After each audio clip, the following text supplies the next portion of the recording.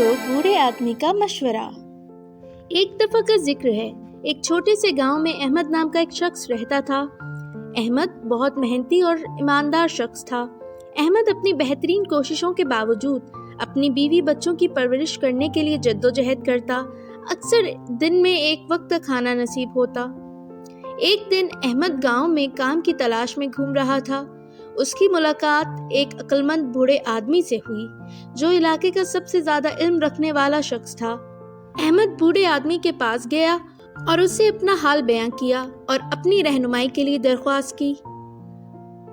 بوڑھے آدمی نے احمد کی کہانی کو غور سے سنا اور پھر بولنے لگا، احمد، آپ کو یقین ہونا چاہیے کہ اللہ تعالیٰ آپ کو رزق دے گا۔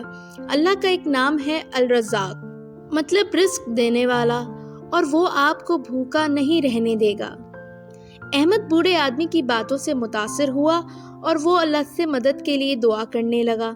وہ ہر روز فجر سے پہلے بیدار ہوتا اور اللہ سے ہدایت اور برکت کے لیے دعا کرتا۔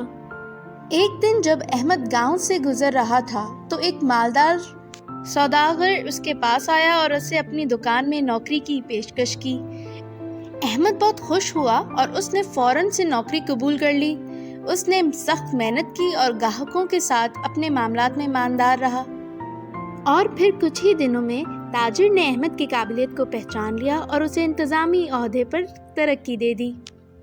وقت گزرنے کے ساتھ احمد کامیاب اور دولت مند ہو گیا اور وہ اپنے خاندان کو ایسی ترقیوں سے مہیا کرنے کے قابل ہو گیا جس کے بارے میں اس نے کبھی سوچا بھی نہ تھا۔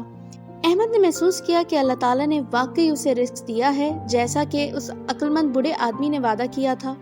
اس دن کے بعد سے احمد اللہ کے نام الرزاق کے بارے میں جو سیکھا تھا وہ کبھی نہیں بھولا، اور وہ جانتا تھا کہ اسے چاہے اپنی زندگی میں جتنے بھی چیلنجز کا سامنا کرنا پڑے، اللہ تعالیٰ ہمیشہ اسے اور اس کے خاندان کو رزق فراہم کرے گا جب تک وہ محنت کرتا رہے گا اور ایماندار رہے گا۔